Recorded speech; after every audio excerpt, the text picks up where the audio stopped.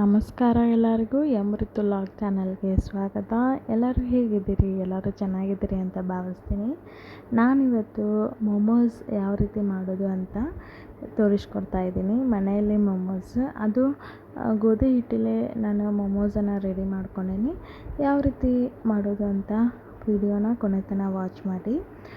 ಮೊದಲಿಗೆ ನಾನಿಲ್ಲಿ ಕ್ಯಾಬೇಜ್ ಹಾಗೂ ಪನ್ನೀರನ್ನು ಸ್ಟಫಿಂಗಾಗಿ ರೆಡಿ ಮಾಡ್ಕೊತಾ ಇದ್ದೀನಿ. ಅಂದರೆ ಕ್ಯಾಬೇಜ್ ಸ್ಟಫಿಂಗ್ ಬೇರೆ, ಪನ್ನೀರ್ ಸ್ಟಫಿಂಗ್ ಬೇರೆ, ಬೇರೆ ಬೇರೆಯಾಗಿ ರೆಡಿ ಮಾಡ್ಕೋಬೇಕು.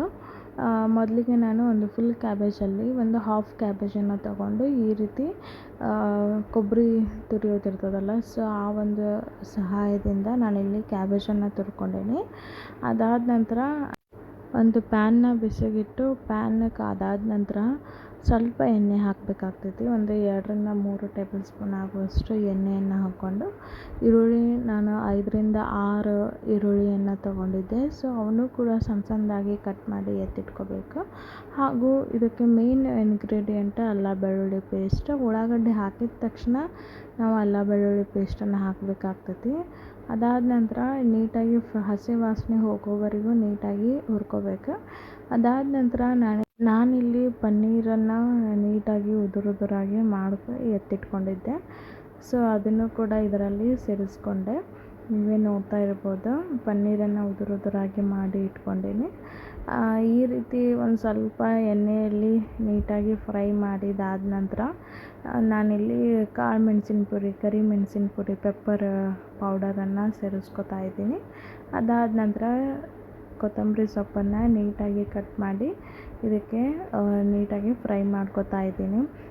ನಾವು ಇದನ್ನು ಹಾಫ್ ಕುಕ್ ಮಾಡಬೇಕಾಗ್ತೈತಿ. ಸೊ ನಾವು ಲಾಸ್ಟಿಗೆ ಇದನ್ನು ಸ್ಟೀಮ್ ಮಾಡ್ತೀವಲ್ಲ, ಸೊ ಅಲ್ಲಿನೂ ಕೂಡ ಒಂದು ಹಾಫ್ ಕುಕ್ ಆಗುತ್ತೆ. ನಾವು ಫುಲ್ಲಿ ಕುಕ್ ಮಾಡಿದರೆ ಟೇಸ್ಟ್ ಚೆನ್ನಾಗಿ ಬರೋಂಗಿಲ್ಲ. ಸೊ ಇದನ್ನು ನಾವು ಹಾಫ್ ಕುಕ್ ಮಾಡಬೇಕಾಗ್ತೈತಿ. ಸೊ ಪನ್ನೀರದ್ದು ಸ್ಟಫಿಂಗ್ ರೆಡಿ ಆಯ್ತು. ಅದಾದ ನಂತರ ನಾನಿಲ್ಲಿ ಈ ಕ್ಯಾಬೇಜ್ ಸ್ಟಫಿಂಗನ್ನು ರೆಡಿ ಮಾಡ್ಕೊತಾ ಇದ್ದೀನಿ. ಕ್ಯಾಬೇಜ್ ಸ್ಟಫಿಂಗಿಗೂ ಕೂಡ ಪ್ಯಾನ್ನ ಬಿಸಿಗಿಟ್ಟು ಪ್ಯಾನ್ ಕಾದಾದ ನಂತರ ಎಣ್ಣೆ ಕಾದಾದ ನಂತರ ಈರುಳ್ಳಿಯನ್ನು ಸೇರಿಸ್ಕೊಂಡು ಅಲ್ಲ ಬೆಳ್ಳುಳ್ಳಿ ಪೇಸ್ಟನ್ನು ಸೇರಿಸ್ಕೊಂಡು ಹಾಗೂ ಒಂದೇ ಒಂದು ಕ್ಯಾರೆಟನ್ನು ನೀಟಾಗಿ ಸಣ್ಣದಾಗಿ ಕಟ್ ಮಾಡಿ ಎತ್ತಿಟ್ಕೊಂಡು ಹಸಿ ವಾಸನೆ ಹೋಗೋವರೆಗೂ ಹುರ್ಕೋಬೇಕು.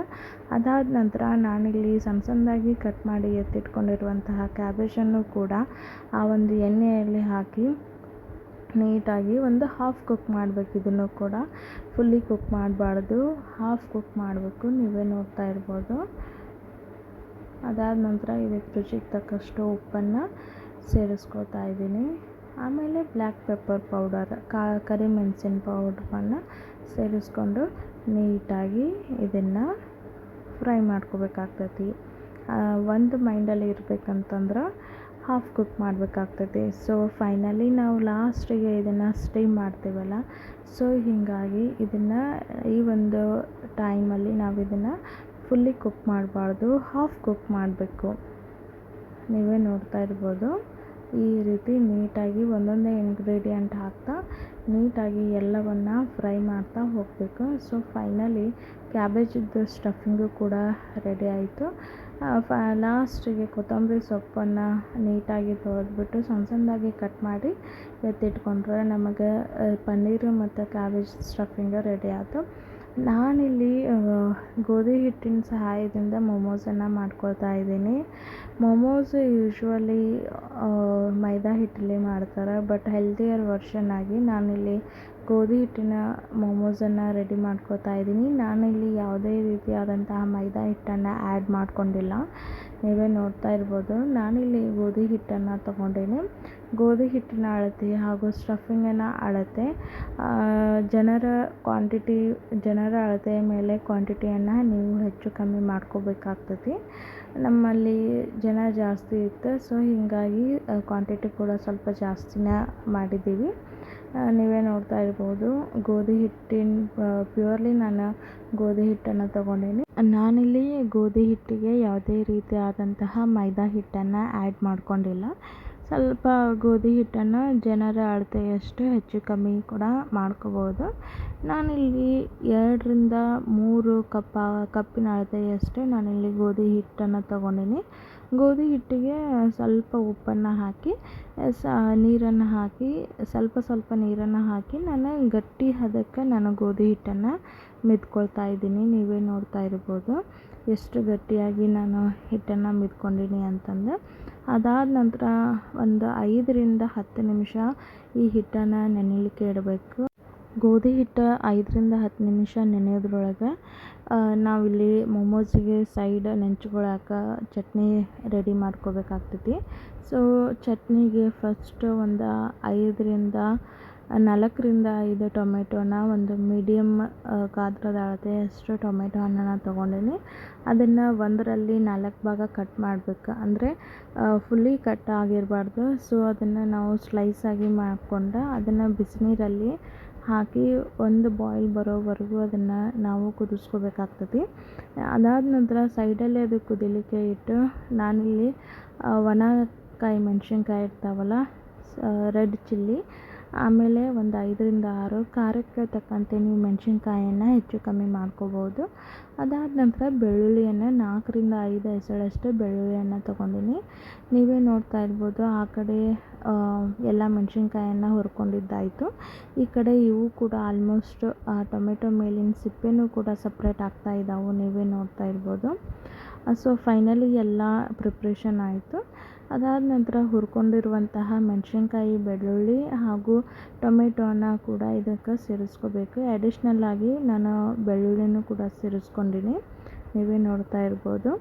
ಬೆಳ್ಳುಳ್ಳಿಯನ್ನು ನೀವು ಹೆಚ್ಚು ಕಡಿಮೆ ಕ್ವಾಂಟಿಟಿಯನ್ನು ಕೂಡ ಆ್ಯಡ್ ಮಾಡ್ಕೋಬೋದು. ಇದಕ್ಕೆ ರುಚಿಗೆ ತಕ್ಕಷ್ಟು ಉಪ್ಪನ್ನು ಹಾಕಿ ಫೈನ್ ಪೇಸ್ಟಾಗಿ ನಾವು ರುಬ್ಕೋಬೇಕಾಗ್ತೈತಿ. ನೀವೇ ನೋಡ್ತಾ ಇರ್ಬೋದು.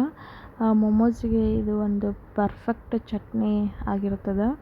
ಸೊ ನೀವು ಕೂಡ ಟ್ರೈ ಮಾಡಿ ನೋಡಿರಿ. ನನ್ನ ರೆಸಿಪೀಸ್, ನನ್ನ ವ್ಲಾಗ್ಸ್ ಇಷ್ಟ ಆದರೆ ದಯವಿಟ್ಟು ಸಬ್ಸ್ಕ್ರೈಬ್ ಮಾಡಿ, ನಿಮ್ಮ ಫ್ರೆಂಡ್ಸ್ ಆ್ಯಂಡ್ ಫ್ಯಾಮ್ಲಿಗೆ ಶೇರ್ ಮಾಡಿ, ಲೈಕ್ ಮಾಡಿ, ಹಾಗೂ ಪಕ್ಕದಲ್ಲಿರುವಂತಹ ಬೆಲ್ ಐಕಾನ್ ಪ್ರೆಸ್ ಮಾಡಿ. ಸೊ ಇದರಿಂದ ಎಲ್ಲ ನೋಟಿಫಿಕೇಷನ್ ನಿಮಗೆ ಮೊದಲಿಗೆ ಬರ್ತಾವೆ. ಅದಾದ ನಂತರ ಎಲ್ಲವೂ ಕೂಡ ಸ್ಟಫಿಂಗು ರೆಡಿ ಆಯಿತು, ಚಟ್ನಿನೂ ಕೂಡ ರೆಡಿಯಾಗಿತ್ತು. ಸೊ ಹಿಟ್ಟೂ ಕೂಡ ಪರ್ಫೆಕ್ಟಾಗಿ ನೆಂದಿರುತ್ತೆ. ಸೊ ಹೀಗಾಗಿ ನಾವು ಯೂಶ್ವಲಾಗಿ ನಮ್ಮ ಕಡೆ ಕಡುಬು ಅಂತ ಕರೀತಾರೆ, ಇಲ್ಲ ಕರ್ಜಿಕಾಯಿ ಮಾಡುವಾಗ ಆ ಒಂದು ಎಲೆಯನ್ನು ಲಟ್ಟಿಸ್ಕೊತೀವಲ್ಲ, ಆ ಒಂದು ಆಕಾರಕ್ಕೆ ಎಲೆಯನ್ನು ಲಟ್ಟಿಸ್ಕೊಂಡು ಸೊ ಸ್ಟಫಿಂಗನ್ನು ಈ ರೀತಿ ನಾನು ತೋರಿಸ್ತಾ ಇದ್ದೀನಲ್ಲ, ಈ ರೀತಿಯಾಗಿ ಸ್ಟಫಿಂಗನ್ನು ಮಾಡ್ಕೋಬೇಕಾಗ್ತೈತಿ. ಕೆಲವೊಬ್ಬರಿಗೆ ಬರಲ್ಲ, ಸೊ ಹೀಗಾಗಿ ಮೋದಕ ಟೈಪ್ನೂ ಕೂಡ ರೆಡಿ ಮಾಡ್ಕೋತಾರೆ, ಇಲ್ಲ ಕೆಲವೊಬ್ಬರು ಕರ್ಜಿಕಾಯಿ ಅಥವಾ ಕಡುಬು ಮಾಡ್ತಾರಲ್ಲ ಆ ರೀತಿಯೂ ಕೂಡ ಸ್ಟಫಿಂಗ್ ಮಾಡ್ತಾರೆ. ಸೊ ಫೈನಲಿ ರೆಡಿಯಾಗಿರುವಂತಹ ಮೊಮೋಸನ್ನು ಇಡ್ಲಿ ಪಾತ್ರೆಯಲ್ಲಿ ಹಾಕಿ ಒಂದು 10 ನಿಮಿಷ ಲೋ ಟು ಮೀಡಿಯಮ್ ಫ್ಲೇಮಲ್ಲಿ ಇಟ್ಕೊಂಡು ನಾವು ಇದನ್ನು ಕುಕ್ ಮಾಡಬೇಕಾಗ್ತೈತಿ. ನೀವು ಒಂದ್ಸರಿ ಟ್ರೈ ಮಾಡಿ ನೋಡಿ, ಯಾವ ರೀತಿ ಬಂತು ಅಂತ ಕಮೆಂಟ್ ಮಾಡಿ. ನಾನು ಪ್ಯೂರ್ಲಿ ಗೋಧಿ ಹಿಟ್ಟಲ್ಲಿ ಮೊಮೋಸನ್ನು ರೆಡಿ ಮಾಡ್ಕೊಂಡಿನಿ, ನೀವೇ ನೋಡ್ತಾ ಇರ್ಬೋದು. ಫೈನಲಿ ಟೇಸ್ಟಿ ಆ್ಯಂಡ್ ಹೆಲ್ದಿ ಆಗಿರುವಂತಹ ಮೊಮೋಸ್ ರೆಡಿಯಾಗಿದ್ದಾವೆ. ಇದಕ್ಕೆ ಕಾಂಬಿನೇಷನ್ ಆಗಿ ಚಟ್ನಿನೂ ಕೂಡ ಸಖತ್ತಾಗಿ ಟೇಸ್ಟಿಯಾಗಿತ್ತು. ಒಂದು ಒಳ್ಳೆ ಕಾಂಬಿನೇಷನ್ನು, ಟ್ರೈ ಮಾಡಿ ನೀವು ಕೂಡ. Thank you so much.